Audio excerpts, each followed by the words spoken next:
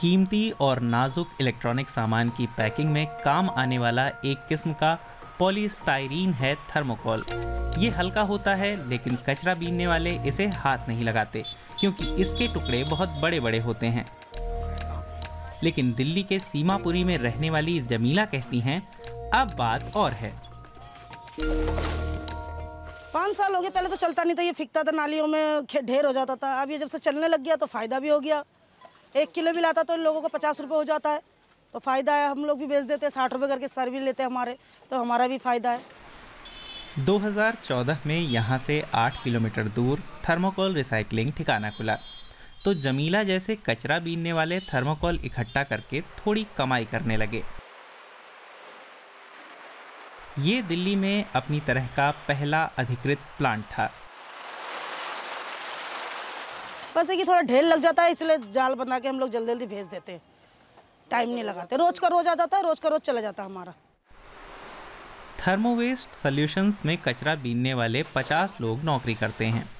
ये लोग 20 किलोमीटर के इलाके में बेकार थर्मोकोल जमा करते हैं। ये कंपनी की सबसे महत्वपूर्ण रिसाइकलिंग सामग्री है।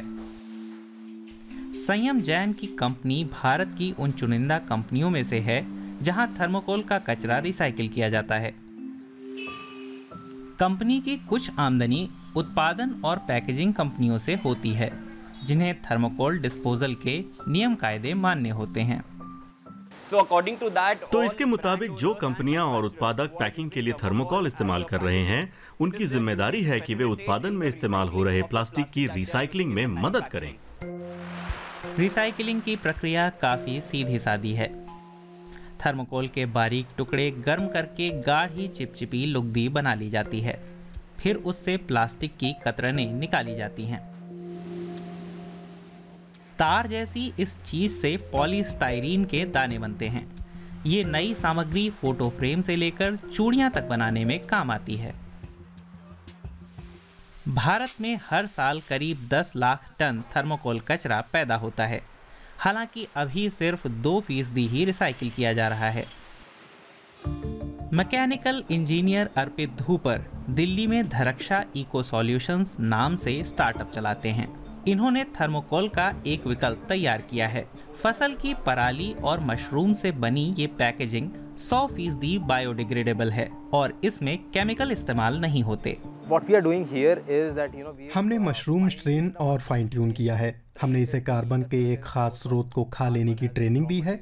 मशरूम की खूबी है कि ये अकेले जीव हैं जो लिग्निन कंपोनेंट को विघटित कर सकते हैं। लिग्निन की बदौलत ही इस सामग्री की बायोडिग्रेडेबिलिटी सख्त और लंबी हो पाती है। धान का भूसा मिट्टी में डिग्रेड होने में लंबा समय लेगा, लेकिन ये मशरूम इस लिग्निन को तेजी से डिग्रेड कर सकता है। ये उसे पर्याप्त ताकत और कठोरता देता है।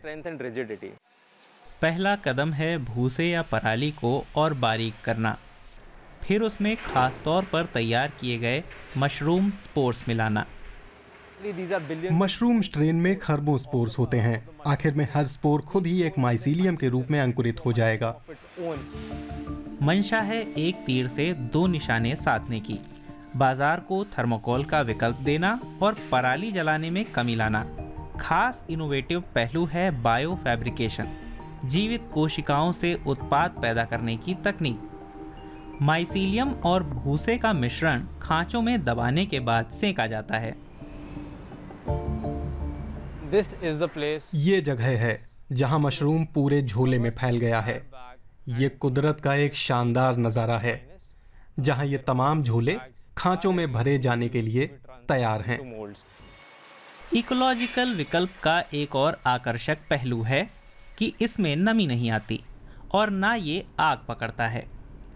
माइसीलियम पैकेजिंग पारंपरिक थर्मोकोल को लागत में भी टक्कर देती है। ये इस्तेमाल पर निर्भर करता है। नोएडा में ये बदलाव दिखने भी लगा है।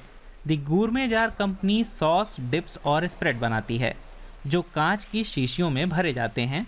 पहले उन्हें टूटने से बचाने के लिए थर्मोकोल में पैक किया जाता था, लेकिन अब कंपनी मशरूम और भूसे से तैयार सांचे उपयोग कर रही है।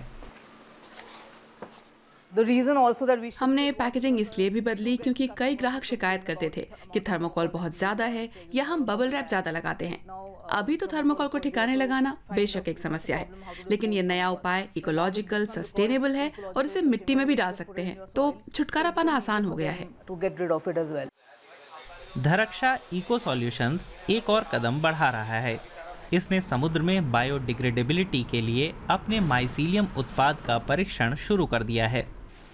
रिसाइकलिंग के जानकार कहते हैं कि थर्मोकोल कचरे से सस्टेनेबल ढंग से निपटने के लिए लंबा समय और राजनीतिक इच्छा शक्ति चाहिए होगी। एक चीज के बारे में हम काफी बात करते रहते हैं कि हमें अप्रत्यक्ष कर में छूट चाहिए, या कम से कम वर्जिन प्लास्टिक और रिसाइकल प्लास्टिक पर लगने वाली जीएसटी में अंतर होना चाहिए। सेल्स टैक्स में कटौती से निर्माताओं को प्रोत्साहन मिलेगा और वे अपने माल में रीप्रोसेस्ड थर्माकोल इस्तेमाल करेंगे। रिसाइकलिंग कंपनी चाहती है कि लोग डिस्पोजल को लेकर और जागरूक बने।